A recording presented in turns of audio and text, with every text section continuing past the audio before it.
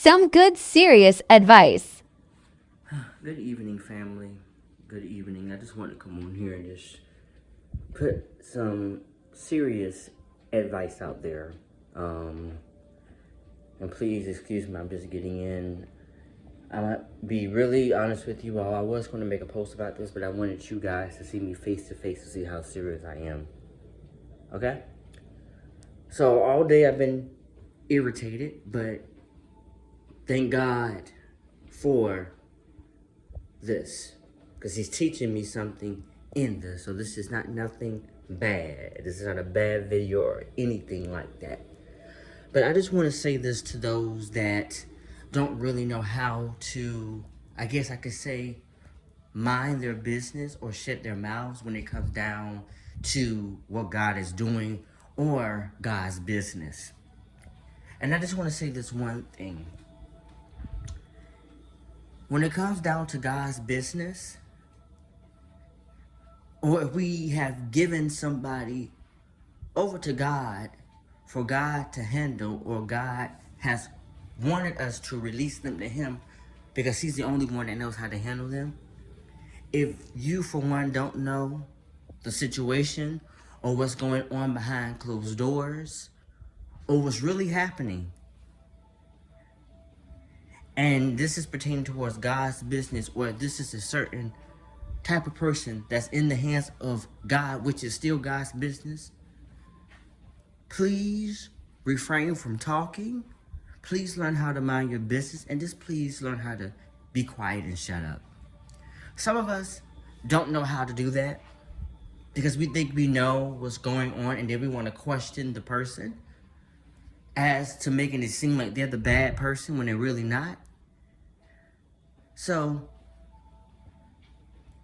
if we have told you ourselves directly that we have put a person in the hands of God, or God has directed us to put them in His hands, they're God's business. Therefore, if you don't know what's actually happening behind closed doors, if you don't know the situation per se, you're only going by what you hear, or you think what you think, but it's not really accurate, then don't say nothing at all. Just pray about it. Sometimes we as people, we put our own head into business that our head shouldn't even be in. And then we wonder why we're getting or receiving backlash and retaliation, because God does not want us minding that business when we should be minding our own business. And that's the problem. Even in the body of Christ, we don't know how to mind our own business. We're too busy minding other people's business.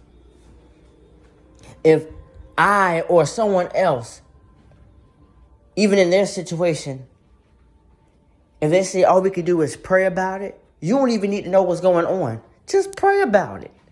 That's all. Just pray about it. So I just want to come on here and say that, like I said, in this season and the time that we're living in, let's not get into everybody's business. If someone just says pray about it, you don't need to know what's going on. Just pray about it. You don't need to know what's the business or the situation.